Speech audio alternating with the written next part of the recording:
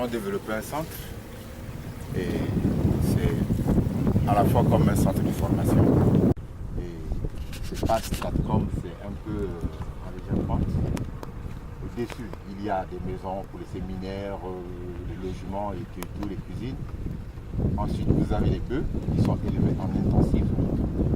Après les bœufs, vous avez les porcs, plutôt la volaille. Hein. Ils ont la volaille, ils font des œufs, des chèvres. Ensuite, vous avez les porcs. Et après les porcs, vous avez les agrumes. Et après les agrumes, il y a le maraîchage. Et tout de suite après le maraîchage, il y a ce qu'on appelle les étangs de poissons. J'ai tellement aimé ça, j'ai essayé, c'est un peu pointu ici. Mais avec les moyens qui sont très amoindris, on ne peut pas à la fois. Je suis ici depuis 2011. J'ai eu déjà à manger quelques avocats de mes plantations. Les ananas, j'en mange. Et là, je fais toute cette partie. Elle est là comme en jachère. J'ai près de 220 planches ici. Je fais le maraîchage. Là, j'ai du chou que je dois préparer en pépinière. Celle-là, la saison est dépassée. Ça, c'est des pastèques. Ici, je fais également...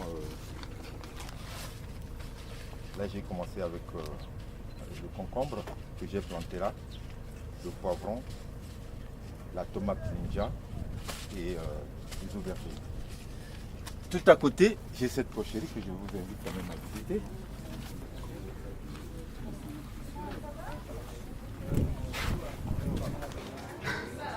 Ça là, c'est des bêtes locales. Hein. Ils sont là en transit. Je les amène à travers l'île. Ils sont juste en transit. Par contre, ici,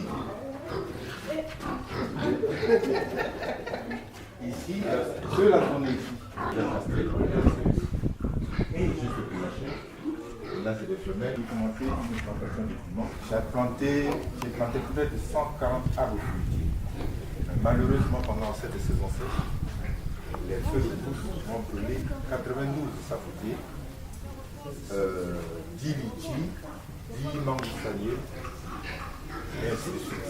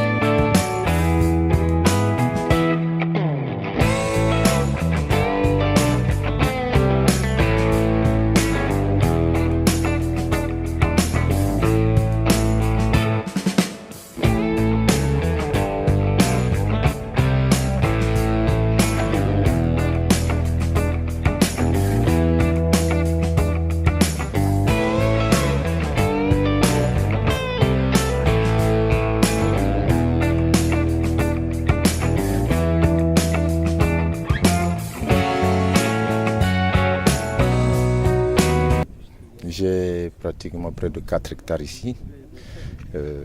Je fais du maraîchage. Je fais, comment on appelle, je plante des arbres fruitiers, c'est-à-dire l'arboristerie, je ne sais pas comment on appelle ça. Et puis, j'ai commencé avec l'élevage de porc depuis mai 2017. Quand on commence comme ça, avec les moyens personnels, c'est difficile. On a une ambition de faire plus grand, on a une ambition d'avoir une porcherie. Moi, mon objectif, c'est d'avoir plus de 2500 têtes de porc pour offrir la viande pratiquement à bon prix sur la place de Djambala et peut-être sur la place de Brazzaville. Donc, je ne peux pas dire que ce que je fais, c'est suffisant. Tout à côté de la porcherie, je fais également du maraîchage. J'ai un demi-hectare d'ananas. J'ai des avocatiers qui ont commencé à produire. Et tout derrière vous, j'ai commencé à faire 1 hectare de piment. Ça donne un plus. C'est une joie intense pour dire que je ne viens pas ici pour m'amuser, que ce que je fais est vraiment considéré. Et que les autres aimeraient aussi peut-être faire comme moi, c'est pourquoi j'exhorte toute la jeunesse. Moi, c'est vrai que je suis actuellement retraité, mais j'ai encore cette force de venir me tenir debout, de passer mes journées ici. Mais je demande beaucoup plus à la jeunesse, surtout particulièrement celle des plateaux, généralement celle des plateaux, et particulièrement celle de Djambala. d'essayer de tuer ce qu'on appelle l'oisiveté, qui les oublie à certains moments, ces endroits ils vont pour faire que des causeries d'une manière éthylique, où ils se saoulent et tout, mais qu'ils apprennent qu'au champ, on peut, moi tous les jours, je repars ici avec une boîte de légumes. J'exhorte vraiment la jeunesse à pouvoir suivre notre exemple. Et si on était 5, 6 ici, je crois que 6, 12 mains, on ferait plus. Je suis parti en retraite en 2013 et j'ai commencé en 2012, un an avant la municipalisation. Avec des moyens de bord, j'ai commencé par un champ à planter quelques arbres. Les arbres fruitiers commencent à donner déjà. Je vous ai dit que j'ai mangé quelques avocats de chez moi. Je mange des ananas et j'ai commencé avec la porcherie en mai 2017. Avec 3 porcs, aujourd'hui je suis à 40.